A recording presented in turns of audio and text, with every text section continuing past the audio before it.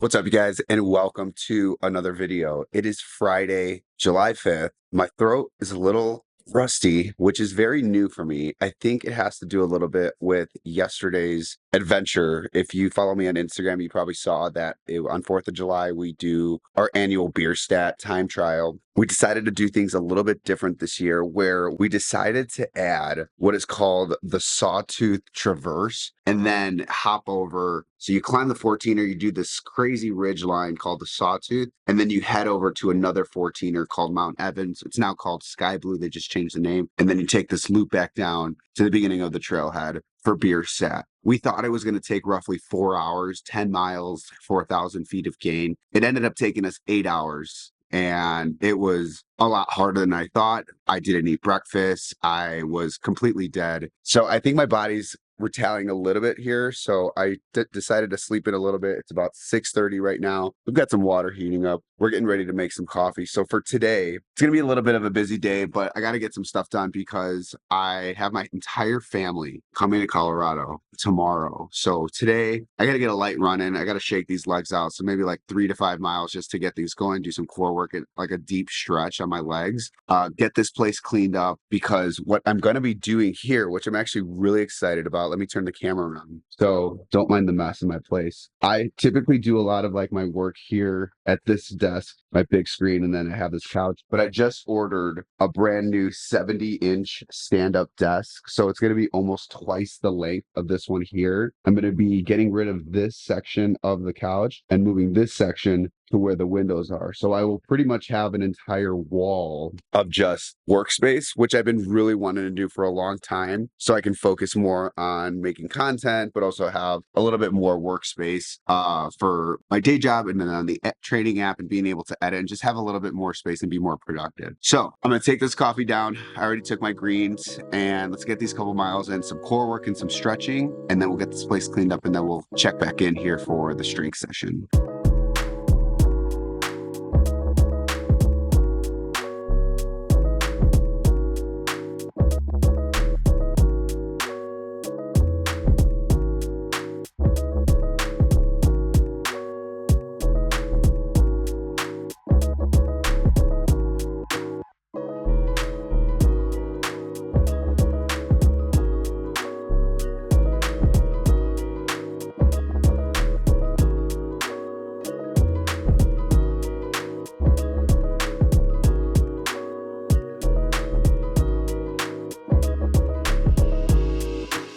All right, we are back from the run. We've got the ultimate muscle smoothie. If you don't know what this is, there's a video on it on like everything that's on there. It's pretty great. Been eating the same one. This is kind of sad now that I say it out loud. I've had this, not the same, but I've had a very similar smoothie since 2018. What a loser. All right, so for today's run, we did 5 miles, 8:43 pace, average heart rate 143. Pretty good heart rate given we spent a ton of time at high altitude, so it makes sense. Total time 43:36. We're gonna take this down, get some calories in, start getting the day going. I'm going to take Odessa out to the park, play some catch just because he spent a lot of time indoors yesterday when I was out in the mountains all day. So I want to take him out, let him get some sprints in, chase the ball and everything. So I will be back and we're going to talk a little bit about training for the Spartan North America Championship.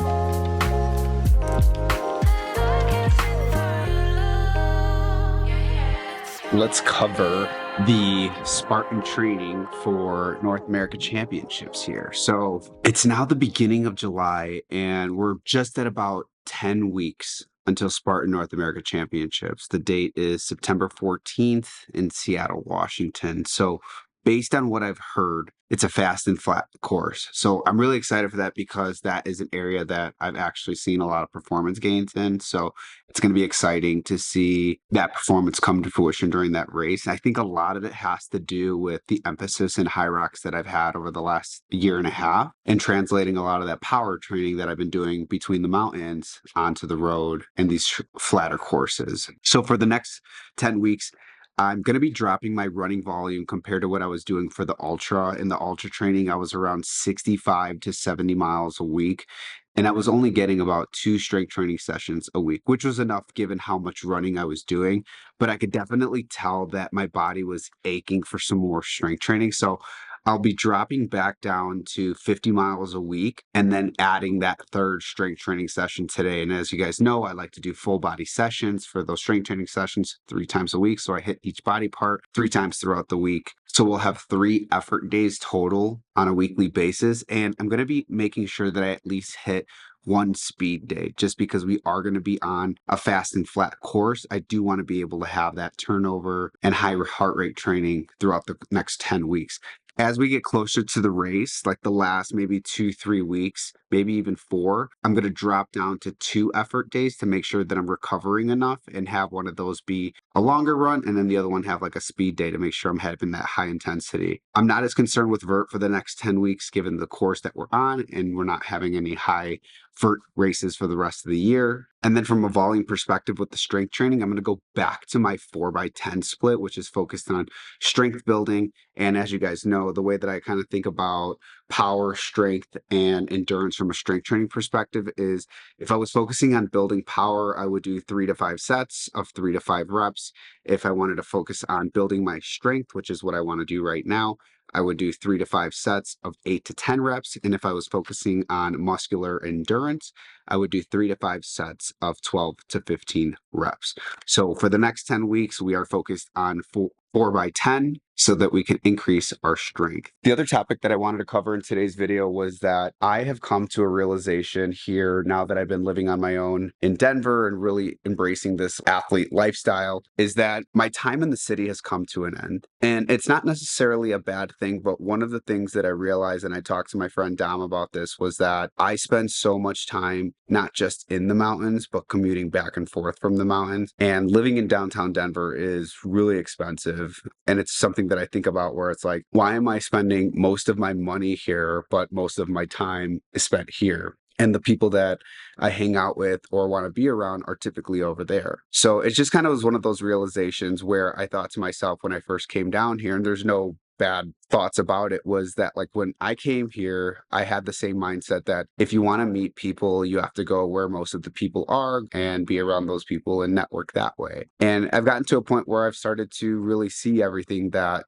downtown Denver has to offer. And it's been great. Met some amazing people, made some really great friends, but I 100% have gotten to that point where now it's time to look at the next chapter and go to potentially in Arvada, Golden, or Littleton here come 2025. I don't know if that means buying a house, but that is one of the options that I'm looking at because one of my dreams was to have essentially an athlete house where, you know, I don't really care for the size of a house. That's not important to me. What I like to do is host friends and family over and do things that I really love, which is fitness, eating, sharing quality time with each other. And so my ideal situation would be to just have a normal house, but like a nice backyard with a barrel sauna with multiple people can go into it. Like I know there's 6 people barrel saunas that I've been eyeballing, an ice plunge, and then a grill and a nice place where people can eat and sit. Like that for me is an ideal setup. So I feel like I'm headed towards that direction here in 2025. So for the rest of 2024, it's really just about enjoying the last time that I have in the city and just getting ready for that next chapter. So for the rest of this next week and the week after, my grandparents and my parents are here. So I'm just going to be spending a ton of time with them. So over this outro and the next video, you'll probably see some content with them in it. As you guys know, my mom is my rock. My grandpa is the one that brought us here to the US. And so he's the example of someone in our family that went all in. He dropped everything and pursued a better life somewhere else. And so I just always think about that when I'm making any kind of changes in my life of like, you know, the things that I'm doing are not that scary compared to like what he did. And look what it ended up for the entire family. It was such a selfless move to leave everything you have in Mexico and just go for it, right? It could have not ended right or well, but look at where his grandkids ended. And so for me, that's kind of some of the steps that I think about, whether it's like with athletics or business or where I'm living. I always just think like, yeah, maybe it might be uncomfortable now, but like, what do we want in 5 years, 10 years? And for me, like that ideal like house would be really cool because I would love a place for my friends and family to come visit and enjoy themselves and just feel relaxed and make it part of their home too. So I'll leave you with that. If you made it to the end of this video, please be sure to like and subscribe to the channel. I'm so happy that we're back in front of the camera and being able to vlog again. If you have any questions or concerns, please leave them in the comments section below. Thanks again for watching, and we will see you in the next one.